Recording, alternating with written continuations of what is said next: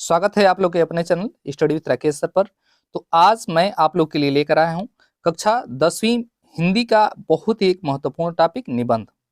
तो वीडियो में आपको क्या क्या मिलेगा देखने को आपको बता दें कि जो महत्वपूर्ण टॉपिक है निबंध के, यदि इसमें 6 टॉपिक मैं आप लोग को बताऊंगा और दिमाग में एक बात बैठाइए कि ये जो 6 टॉपिक मैं आपको बताने वाला हूँ, इसमें जो टैग वर्ड होता है, जितने आप लोग टैग वर्ड आपको बताएंगे कि टैग वर्ड क्या है, तो यदि इन चीज़ों को आप ध्यान से देखते हैं तो सोच लीजिए कि आप जो निबंध है, जो 7-9 अंक का आता है आप लोग एग्जाम में, तो जो 7 अंक का निबंध है वो आप हर हाल में लिख कर आएंगे। और केवल लिख कर ही नहीं आएंगे बल्कि इतने बेहतरीन तरीके से लिख कर लाएंगे कि उसमें एक भी नंबर जो है आपका कटने वाला नहीं है। तो वीडियो में आगे बढ़ने से पहले आपको बता दें, यदि आप हमारे चैनल पर नए हैं तो आप चैनल को सब्सक्राइब कर लीजिएगा। अंत में मैं एक आपको प्लान बताऊंगा, एक रणनीति बताऊंगा कि यदि आपको कुछ भी याद नहीं है, यदि आपको कुछ भी याद नहीं है, तो यदि वह नियम फॉलो करते हैं तो आपको जो है निबंध में बहुत बेहतरीन नंबर लाने से, यानी पूरे के पूरे अंक लाने से कोई नहीं रोक सकता है। तो वीडियो को अंत तक जरूर देखिएगा। आइए हम लोग शुरू करते हैं और देखते हैं कि कौन सा निबंध जो है कैसे हमको लिखना है। देखिए, जितने मैं टॉपिक आपको बताया हूँ, जैसे पहला हम लोग का टॉपिक है विज्ञान की देन। देखिए, विज्ञान की देन क्या है। विज्ञान से संबंधित जो निबंध है वो प्रत्येक साल पूछे जाते हैं, लेकिन इसके पूछने के जो तरीके होते हैं अलग अलग होते हैं। जैसे अभी मैं यहाँ पे टॉपिक लिखा हूँ विज्ञान की देन, और दूसरा टॉपिक इसी विज्ञान से ही संबंधित आता है कि विज्ञान एक अभिशाप है या एक वरदान है। ये भी टॉपिक आपसे पूछा जाता है। तो हमको टैग वर्ड पकड़ना है, बस हमको साइंस यानी विज्ञान क्या है, विज्ञान की विशेषता क्या है, विज्ञान का इफेक्ट क्या है, बस हम लोग को उस बात पे ध्यान देना है। ठीक है ना। तो विज्ञान की देन याद रखिए, ये टॉपिक इंपॉर्टेंट है, इसके बारे में आप लोग को पढ़कर जाना है। अभी भी समय है, सिर्फ एक दिन बस आपको ब्रीफ रिवीजन कर लेना है और मैं आपको बताऊंगा अंत में कि आपको उस चीज को लिखना कैसे है। ठीक है ना। इसको याद रखिएगा, पहला हमारा इंपॉर्टेंट टॉपिक है विज्ञान की देन। दूसरा जो टॉपिक है वो है आपका राष्ट्रीय एकता। याद रखिए, राष्ट्रीय एकता, कि राष्ट्रीय एकता क्या है। उसके बाद हमको अपने एक और टॉपिक आता है सारे जहां से अच्छा हिंदुस्तान हमारा, ये भी टॉपिक है। उसके बाद अनेकता में एकता, ठीक है ना, अखंडता में एकता। ये ऐसे बहुत महत्वपूर्ण राष्ट्रीय टॉपिक आप लोगों से जरूर पूछे जाते हैं। तो आप अपने देश की जो भी आपका सांस्कृतिक, राजनीतिक और सामाजिक स्तर है उसके बारे में जो है ऐतिहासिक परिचय है, इसके बारे में हमको जानकारी करके जाना है। ठीक है ना। तो राष्ट्रीय एकता एक महत्वपूर्ण टॉपिक है निबंध लिखने के लिए। उसके बाद अगला टॉपिक है भ्रष्टाचार, समस्या और समाधान। देखिए, भ्रष्टाचार, समस्या और समाधान, ये जो टॉपिक देख रहे हैं आप, इसके कई तरीके से पूछा जाता है कि भ्रष्टाचार, समस्या और समाधान। भ्रष्टाचार एक बुराई है, भ्रष्टाचार का एक समाधान कैसे किया जाता है। तो बहुत सारी जो है भ्रष्टाचार एक राष्ट्रीय समस्या है। इसके बाद भ्रष्टाचार का निवारण, कारण और निवारण कैसे होता है, ये सारी चीजें जो है। भ्रष्टाचार एक टैग वर्ड है, याद रखिए, भ्रष्टाचार के बारे में हमको पढ़कर जाना है और बहुत हार्ड नहीं होता है इसको पढ़ना। तो आसानी से आप भ्रष्टाचार जो है, भ्रष्टाचार के बारे में आप पढ़ सकते हैं। चलिए, उसके बाद अगला टॉपिक है पर्यावरण प्रदूषण। याद रखिए, पर्यावरण प्रदूषण क्या है। ठीक है ना। पर्यावरण प्रदूषण का हमारे ये पृथ्वी पर क्या प्रभाव पड़ता है, पर्यावरण प्रदूषण को हम कैसे रोक सकते हैं, प्रदूषण कितने प्रकार के होते हैं। तो ये इन सभी टॉपिकों को आपको ध्यान देना है। तो अगला टॉपिक है पर्यावरण प्रदूषण।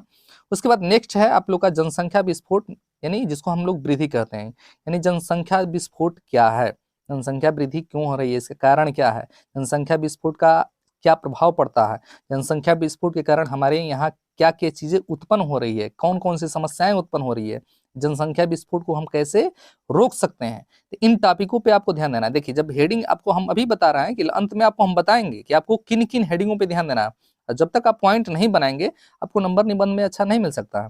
उसके बाद अगला टॉपिक है बाढ़ एक विनाशकारी दृश्य, यानी एक आपदा है। याद रखिए, बाढ़ एक आपदा है, इसके बारे में आपको समझना है कि बाढ़ हमारे यहाँ क्यों आता है, हमारे यहाँ बाढ़ आने के कारण क्या है, जब बाढ़ आती है तो कौन कौन सी समस्याएं उत्पन्न होती हैं। तो ये सब इन चीज़ों पे ध्यान आपको देना है।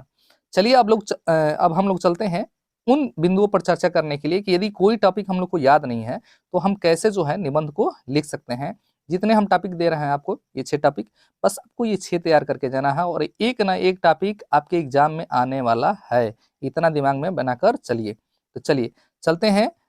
वीडियो में आगे बढ़ने से पहले आपको बता दें, यदि अभी तक आप वीडियो को लाइक नहीं किए हैं तो प्लीज लाइक कर दीजिएगा और कमेंट करके आप जरूर बताइए कि आप जो है बोर्ड एग्जाम में कितना % लाने का जो है टारगेट रखे हैं। कमेंट करके आप जो अपनी इच्छा है जरूर बता सकते हैं। चलिए, तो देखिए हमको क्या करना है, निबंध लिखने के तरीके। निबंध लिखने के तरीके में सबसे पहले क्या करना है, सबसे पहले टैग वर्ड लेना है हम लोग को, ठीक है ना। कोई भी टैग वर्ड, जैसे भ्रष्टाचार हम ले लिए, ध्यान से समझिए।